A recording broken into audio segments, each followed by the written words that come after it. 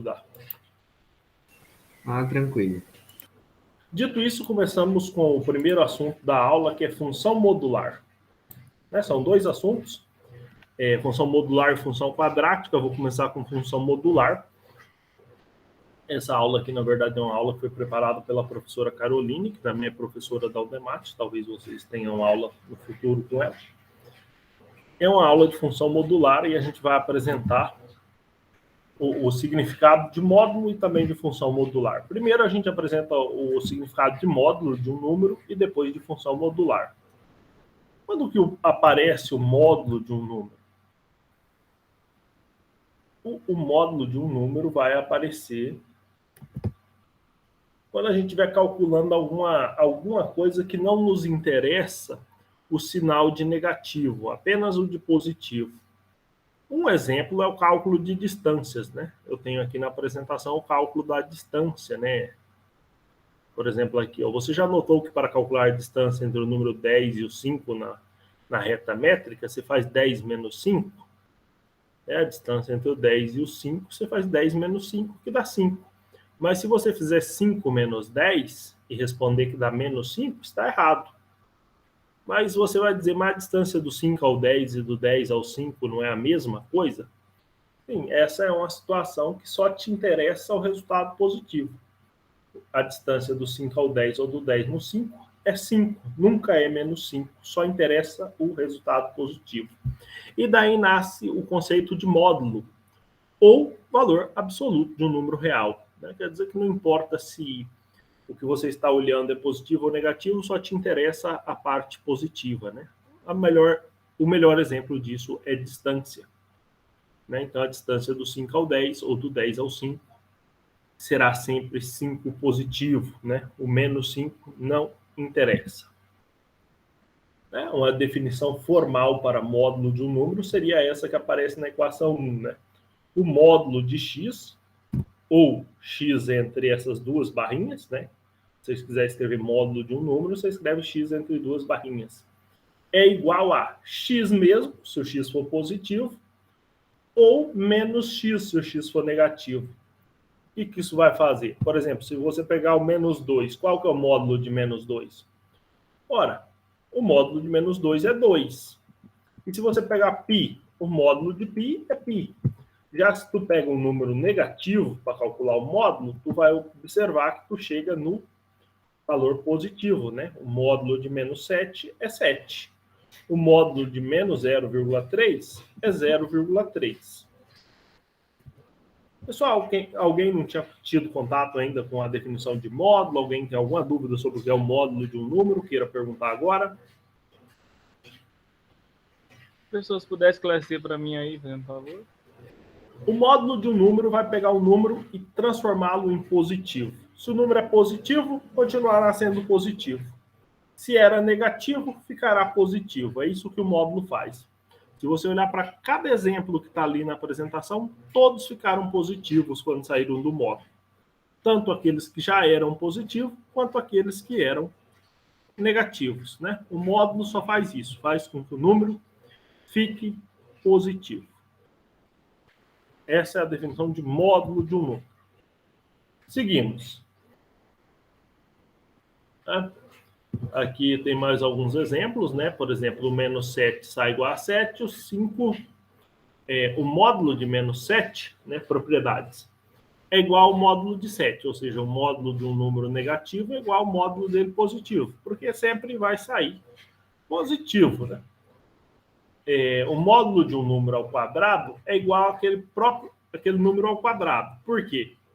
Porque o número ao quadrado sempre fica positivo, Então, se estiver dentro do módulo ou fora, tanto faz. Aí nós temos um exemplo aqui. Módulo de menos 4 ao quadrado é igual ao módulo de 16, que é igual a 4 ao quadrado. Nós também temos a desigualdade triangular, que o módulo do produto de dois números é o produto dos módulos. O módulo de xy é o módulo de x vezes o módulo de y.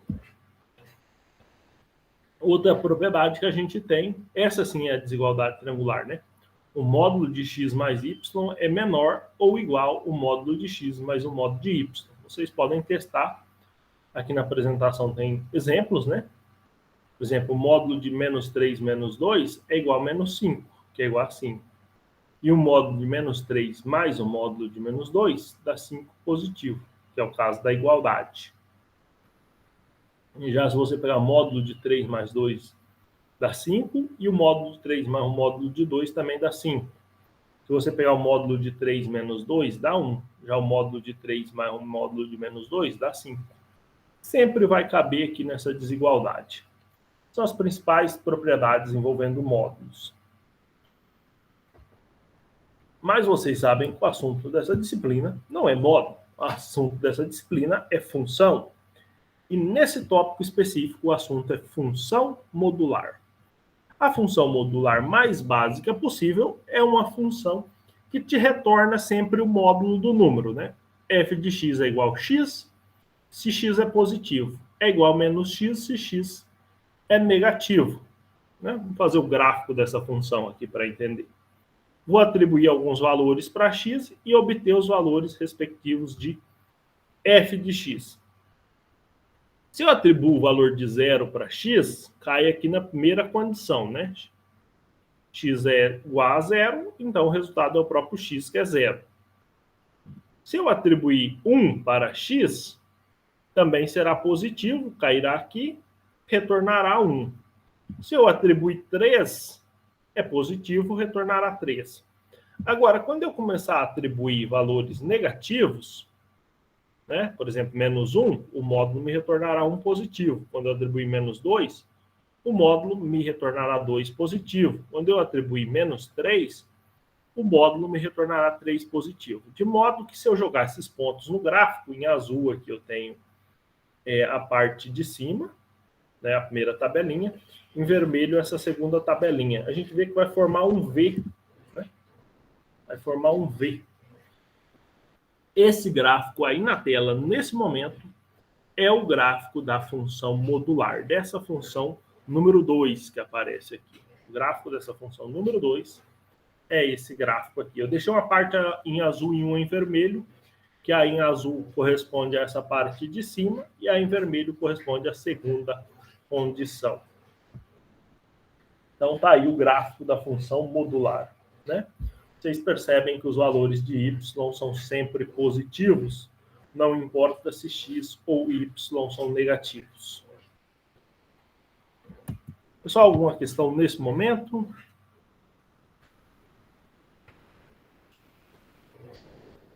Continuamos.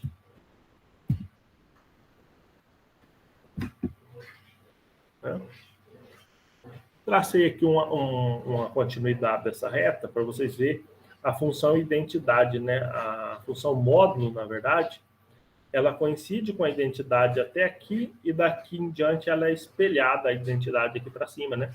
Para poder ficar positivo, né? Porque senão ela ficaria negativa aqui embaixo. Se eu acrescentar uma constante aqui dentro do módulo, né? Essa função ela vai deslocar no eixo x, né?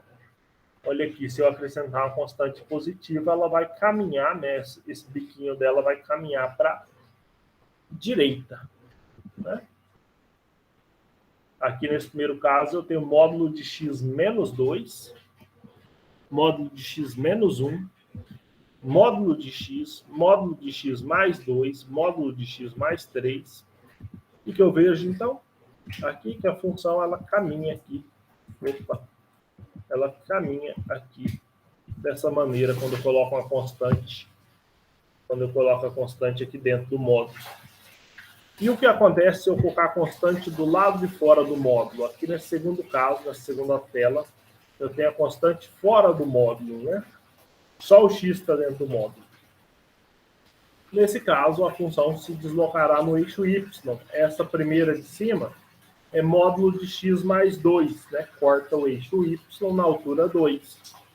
Essa do meio é a própria módulo de x, passa na origem. E essa mais embaixo é módulo de x menos 2, né? Corta o eixo y na altura de menos 2. Né? Nesse caso aqui, em que a constante está fora do módulo, ela se desloca sobre o eixo y. Se eu colocar um sinal de menos do lado de fora do módulo, né? Se eu colocar um sinal de menos do lado de fora do módulo, eu faço com que aquelas curvas que estão acima do eixo X, que é esse eixo, fiquem abaixo, né? Eu vou espelhar elas para baixo. Eu tenho uma série de funções aqui que são modulares, que seriam totalmente positivas, mas por ter esse sinal de menos antes do módulo, ficaram espelhadas para baixo. Tá? É brincadeiras que eu estou fazendo com as funções modulares. Eu posso colocar sinal de menos aqui dentro do módulo, na frente do X. Esse sinal de menos dentro do módulo, na frente do X, vai fazer as funções se deslocar aqui sobre o eixo X, né? Olha aqui, ó. Essa primeira aqui é menos x menos 3 dentro do módulo. Essa em verde é menos x. E essa outra em azul é menos x mais 3. E eu posso colocar expressões mais complexas, mais complicadas dentro do módulo. Olha um exemplo interessantíssimo aqui. Vou colocar isso aqui na prova, hein? Se eu colocar na prova, isso aqui vocês fazem, acerta. Olha aqui a função que nós temos aqui. Módulo do módulo de outra coisa menos outra coisa. Olha que curvinha engraçada que apareceu aqui. Olha que desenho engraçado. É uma brincadeira aí com um monte de módulo aí. Só para exemplificar, né? Seguimos. Também fiz o seguinte. Coloquei funções quadráticas dentro do módulo.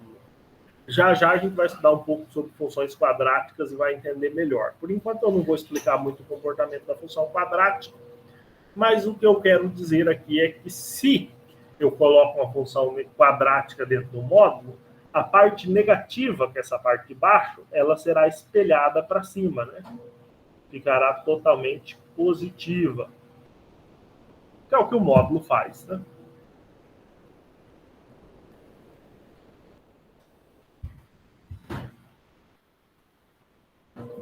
Só alguma dúvida até aqui nas funções modulares? É só aquela lá da função lá que você falou que talvez ia colocar na prova, ou aquele módulo sem nada dentro, significa o quê? Essa daqui, né? É a primeira, isso, esse módulo sem nenhum número dentro. Na verdade, não é que não tem nada dentro, é que esse módulo aqui, essa primeira barrinha, fecha aqui, ó, nessa última aqui, ó. Essa primeira fecha nessa última e essa segunda fecha aqui, ó. E aí essas outras... Entendi. Entendeu? Não é que aqui tem um módulo sem nada, é que essa barrinha fecha lá no final. Ah, sim, do 3 e do menos 1, né? Isso. Depois vocês vão, copiem e façam no GeoGebra. Vocês já estão fazendo as coisas no GeoGebra, né? Eu ainda não. Podem fazer, testar, vocês vão ver que vai dar esse desenho bonito aí. Professor, essa questão do GeoGebra aí, como é que funciona? Não tô meio por fora. O GeoGebra é um programinha para desenhar gráfico. Você vai no Google aí, digita GeoGebra, você vai baixar ele no computador. E aí eu vou recomendar para você ver uns vídeos aí no YouTube aí. Pesquisa aí por GeoGebra e você vai achar aí o suficiente para estudar nele. Tá? Mas não é obrigatório mexer no GeoGebra, é só uma indicação. Ok. Gustavo está dizendo que vale a pena aprender. De fato, vale. Tá? Ajuda muito para mexer com os gráficos. Seguindo. Lembra, então, da fita métrica? Quando a gente vai calcular a distância de 5 até 10 ou de 10 até 5, então o ideal é usar um módulo, né? Em vez de fazer 10 menos 5, você faz módulo de 10 menos 5. Porque módulo de 10 menos 5 é a mesma coisa que o módulo de 5 menos 10. Dá 5 em qualquer caso. Tá? Então, essa é a ideia do módulo. É um outro exemplo que a gente sempre usou o módulo e talvez nunca tenha discutido, o Teorema de Pitágoras. Quando a gente usava o Teorema de Pitágoras para calcular uma medida, a gente sempre pegava só o valor positivo, né? A gente ia lá que A ao quadrado era igual a B ao quadrado mais C ao quadrado, significava que o A podia ter um valor positivo ou negativo, mas toda a vida a gente sempre pegou o positivo. Por quê? Porque a gente sabe que são comprimentos, né, esses valores, né? Não faz sentido pegar o negativo. Então, era um caso de se usar módulo. Aqui eu tinha um exercício, esse exercício aqui eu vou deixar para vocês, tá? Ó. Aquele lá não, mas esse aqui, deixa eu ver, esse aqui, ó. Tá resolvidinho aqui, do começo ao final. Dessa primeira apresentação de função modular, hoje eu vou passar 3 apresentações para vocês, tá bom? Uma de função modular, que é essa que a gente acabou de terminar, e 2 de função quadrática. Da apresentação de função modular, o único problema que eu vou deixar como exercício para vocês é esse que está aí na tela, tá? Eu vou subir lá na aula essa apresentação aí. O único exercício que está como exercício para vocês fazerem aí é esse aí que está na tela, tá vendo? Então, vocês já sabem, né? Só para esclarecer. Já que a prova já é semana que vem, vocês só verifiquem os exercícios que eu falar. O primeiro deles é esse que está aí na tela, tá bom? Beleza? Combinado? Combinado, né? Então, vamos lá para a função quadrática. Esse exercício vocês resolvam depois. Aliás, ele está totalmente resolvido aqui, né? Vamos lá para a função quadrática agora. Que é o segundo tema.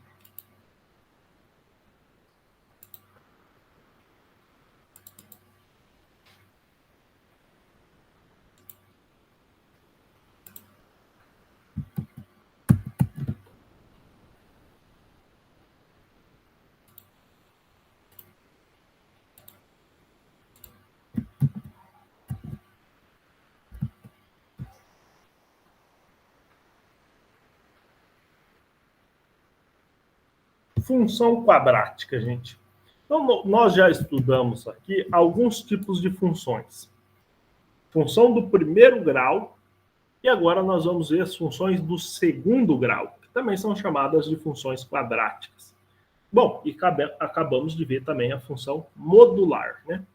Então, função do primeiro grau, que você tem função constante, função linear e todas as outras funções afim. Já vimos também as funções poligonais, inclusive a modular.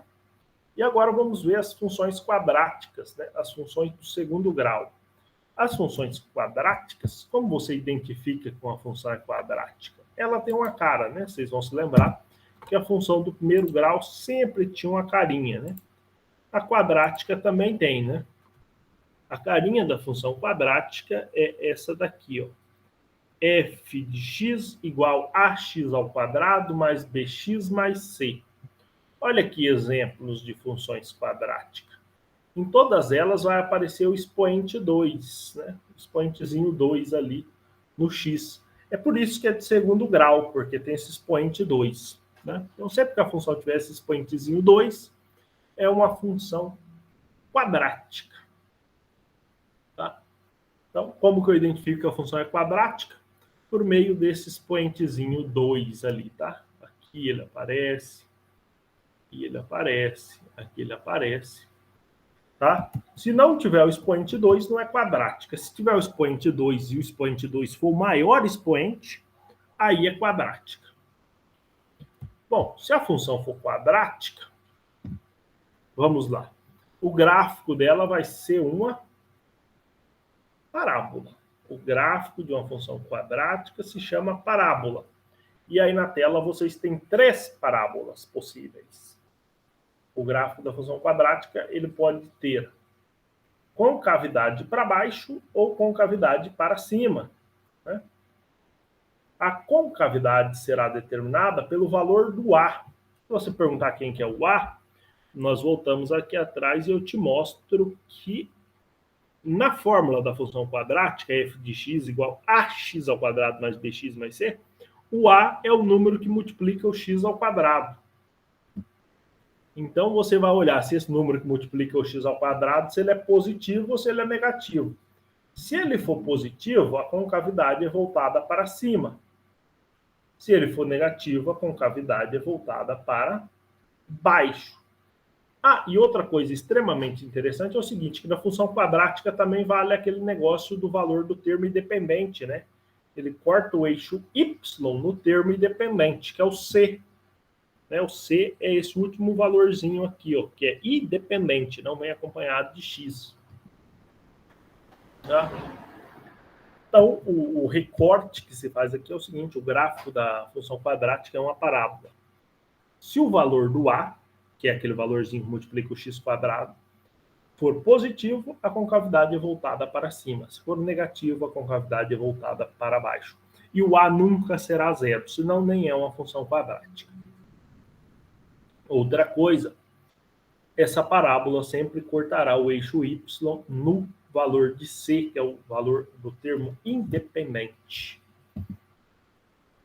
Né? Eu vou abrir o GeoGebra para a gente mexer um pouquinho com funções quadráticas. Né? Vou abrir o GeoGebra um pouquinho para a gente mexer com funções quadráticas, tá bom? Só um segundo. GeoGebra.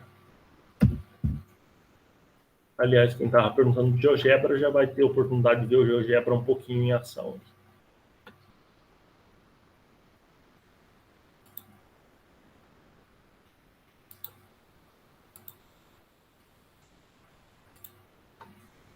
Olha aí, agora vocês estão vendo o GeoGebra aí, né? Na tela de vocês. E eu vou colocar o gráfico de uma função quadrática, né? Igual eu falei para vocês. F de x igual a que multiplica x ao quadrado mais bx mais c. Né? Vocês veem que apareceu aí na tela de vocês uma parábola, conforme eu te disse. E se vocês olharem para o canto direito ou esquerdo da tela de vocês, não sei como é que a tela está aparecendo para vocês, para mim aqui, ela aparece no canto esquerdo os valores de A, B e C. Não sei se para vocês é também no canto esquerdo. Todos os valores estão configurados para o número 1 inicialmente, o A, B e o C. Né? Como o A está configurado para o número 1, né? O A aqui está configurado para o número 1, então nós temos a concavidade para cima, porque o A é positivo.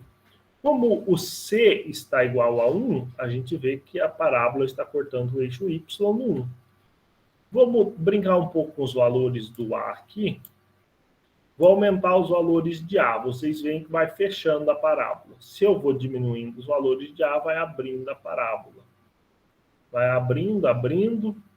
E quando os valores ficam negativos, vocês percebem que a concavidade muda, né? Olha só. Então, eu posso brincar um pouquinho com o valor de A para ver o impacto do A sobre o gráfico da função quadrática, né? Valores positivos, concavidade para cima. Valores negativos, concavidade para baixo. O valor do B, ele brinca ali mudando a posição em relação ao eixo X, né? Olha aí, mexendo com o valor do B. Mas o valor do C nos determina aonde passa o gráfico no eixo Y, né? Ó, se eu deixar no 0, vai cortar bem aqui no 0. Se eu aumento, né? Se eu deixei no 3 aqui, ó, vai passar aqui no 3. É assim que funciona o gráfico da função quadrática, tá? Isso aí foi uma breve visualização no GeoGebra do gráfico da função quadrática. Alguém quer fazer algum comentário nesse momento sobre o gráfico da função quadrática? Alguma coisa? O professor, zera lá no início, igual o senhor estava lá, só para mim tirar umas noção. Igual estava lá, igual você só colocou a função no começo e deu... Eu tenho que puxar aqui. Vou tentar ver se eu acerto aqui os negócios. Vou deixar no 1, tava no 1 aqui. Tava menos 1x ao quadrado, mais 1 e acho que menos 1. É difícil parar aqui certinho no 1. Você tá vendo que o meu tá parando no 1.1. Aham. E aqui tem que ter controle do mouse, tá? Tá quase. Serve? Serve. Serve, tá quase. Tá, assim, aonde essas linhas cortam aqui, vai ser a definição desses valores aqui de 1x ao quadrado, mais 1 e menos 1. Porque antigamente aqui estava menos 1 nesse final aqui. Não, deixa eu parar bem certinho aqui para mostrar para você exatamente o que eu estou falando. Vou tentar parar exatamente. Parei no 1, o A. O B eu vou tentar parar no 1. Opa. Consegui. ver se eu consigo parar o C no 1 também. Parei, certinho. Ó, parei o A, B e o C no 1. Então, você olha aqui embaixo onde está a fórmula da função, essa função aí ficou 1x² mais 1x mais 1. Entendeu? O A, B e o C, todos valendo 1. Se eu mexer aqui, por exemplo, o B, se eu trouxer o B para 2, ó, então o A vai ser 1, o B aqui que multiplica o X vai ser 2, e o C continua sendo 1. Né? Vou colocar o C no valor 0 aqui, só por brincadeira, tá? Vou tentar parar no 0. Opa. Pronto, parei no 0. Ó. Então você vê que o C nem apareceu aqui, né? Porque ele é 0, ele nem apareceu aqui, né? Ficou só o A valendo 1, o B valendo 2, né? O valor do A ele te diz se a concavidade é para cima ou para baixo, tá? A positivo, concavidade para cima. A negativo, concavidade para baixo. E o mais 2? O 2, na verdade, ele te... Se você mexer no B aqui, ó, você vai ver o que ele faz. Ó. Quando eu mexo no B, ele desloca sobre o eixo X, tá vendo? Sim. Na verdade, se eu caminho para valores positivos, ele começa a deslocar para o lado esquerdo. E se eu vou para valores negativos, ele começa a ir para o lado direito. Essa é a função do B. Mas ninguém se importa muito com o B, não, tá? As pessoas se preocupam mais com o valor do A e do C. Do A, porque ele determina o lado da concavidade, e o C, porque é exatamente aonde corta o eixo Y, né? Aqui está cortando no 0, ó. Mas se eu for aumentando o valor do C, vou parar no 3. Você vai ver que vai cortar bem na altura do 3. Então a gente preocupa mais com o A e com o C. O B a gente não preocupa muito, mas ele tem a função dele também. Então quer dizer que o AX ao quadrado aí vai definir se a concavidade vai ficar de boca para cima ou de boca para baixo, vamos dizer assim. Perfeito. E o C vai dizer onde a linha vai... a concavidade vai cortar ali entre o eixo X e Y. Vai cortar o eixo Y especificamente. Tá. Okay. Perfeito, é isso aí. Pessoal, outra coisa também que é possível calcular é o seguinte. Às vezes a gente se pergunta o seguinte, deixa eu diminuir aqui um pouco o valor do C para me mostrar o negócio. Ó. A gente se pergunta qual é que é o valor do ponto que está bem aqui no vértice, né? Às vezes a gente se pergunta também qual é o valor desse pontinho que está no vértice aqui no... Ou ele é o ponto de mínimo ou de máximo, né? Porque ele está no vértice. A concavidade é voltada para cima, ele está no mínimo, né? Do contrário, será de máximo. Se a gente se perguntar como calcular esse valor aí, é possível também, tá? É possível. Existem duas maneiras. Uma é você calcula as duas raízes, e aí você, por simetria, acha o valor do x do meio, substitui na função enquanto do y, ou você usa uma formulazinha.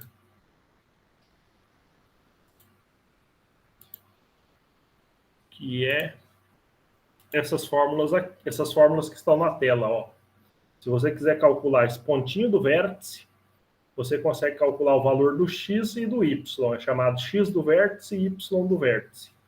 A fórmula é menos b sobre 2a para o x do vértice e menos delta sobre 4a para o y do vértice. E se você estivesse perguntando de onde apareceu esse menos b, menos a e menos delta, basta você se lembrar da fórmula de Bhaskara, né? Vocês lembram da fórmula de Bhaskara? Porque imagine que você queira calcular as raízes. O que seriam as raízes? Esses valores aqui, ó, onde ela corta o eixo x, o x1 e o x2. Aqui e aqui. Como é que você calcula esses valores, essas raízes? Pela fórmula de Bhaskara, né? Que é menos b, mais ou menos, raiz de delta sobre 2a. Se lembram disso? Se lembra? Sim, professor. Para calcular as raízes da função quadrática, você utiliza a fórmula de Bhaskara. E aí você vai se lembrar, a função quadrática pode ter duas raízes, pode ter uma raiz ou nenhuma raiz, isso depende do delta, né? Delta positivo, duas raízes. Delta igual a zero, uma raiz. Delta negativo, nenhuma raiz real, tá? E da mesma forma que você tem a fórmula de Bhaskara, né? Você pega a função igual a zero, tu calcula as raízes, né? Porque é na altura zero. tu também pode calcular o valor do x e do y do vértice, né, usando essas outras duas fórmulas que estão nessa tela aqui. Né? Depois vocês podem ver e copiar essas fórmulas aí. Pessoal, eu quero que vocês anotem alguns exercícios desse slide aqui também para fazer em casa, tá? Esse exercício número 1, que está na tela, vocês podem anotar, porque foi do Enem. Esse número 4 foi do Enem. Número 1, de novo, do Enem. Número 3 do Enem. Olha, para facilitar a vida de vocês, vamos fazer o seguinte: todos do Enem vocês fazem. Certo? Dessa segunda apresentação, vocês fazem todos que estiver escrito Enem. Tá? Porque na prova vai cair algum desses, tá? A prova terá talvez 5 exercícios. Vai cair desses exercícios que eu estou te falando. Daquela primeira apresentação lá, aquele da distância, que eu deixei lá. Dessa segunda apresentação, qualquer um que tiver escrito Enem. E da terceira apresentação que eu vou apresentar daqui a pouco, assim que eu encerrar essa, os que estiverem escrito Enem também. Combinado?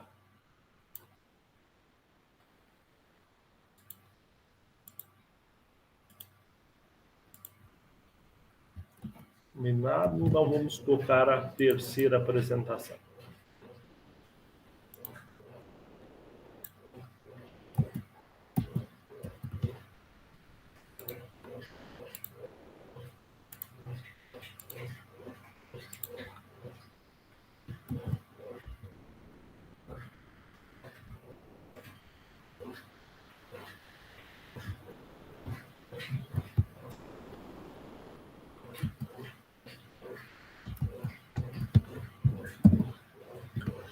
Bom, então eu passei algumas fórmulas para vocês, né? A fórmula de Bhaskara para calcular os zeros da raiz e também a formulazinha para calcular o valor de x do vértice e y do vértice, tá? X do vértice e y do vértice. É importante vocês terem uma noção que na parábola vocês têm um ponto de mínimo ou um ponto de máximo, né? Que é esses pontos que tem o x do vértice e o y do vértice. Esse ponto será chamado de valor mínimo se a concavidade é para cima, né? Se a concavidade é para cima, esse ponto é mínimo. Ele é o menor valor possível do gráfico. Agora, esse valor será chamado de máximo, e esse ponto x e y do vértice será um ponto de máximo, se a concavidade é voltada para baixo, porque daí esse aqui é o maior ponto possível. E a fórmula para encontrar, evidentemente, as coordenadas desse ponto é o x e o y do vértice.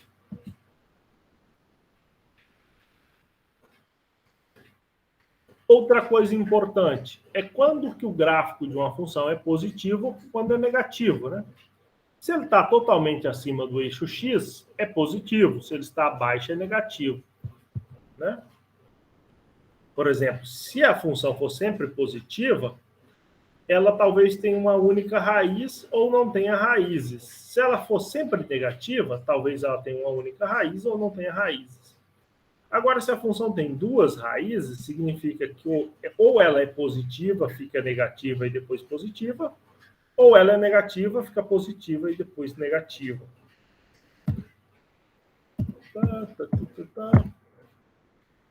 Alguma dúvida até aqui?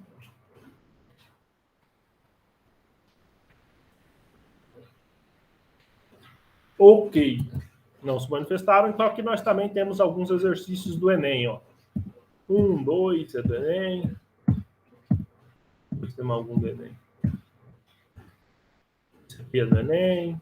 Esse aqui é do Enem. Tem muitos do Enem, não, né? Só alguns.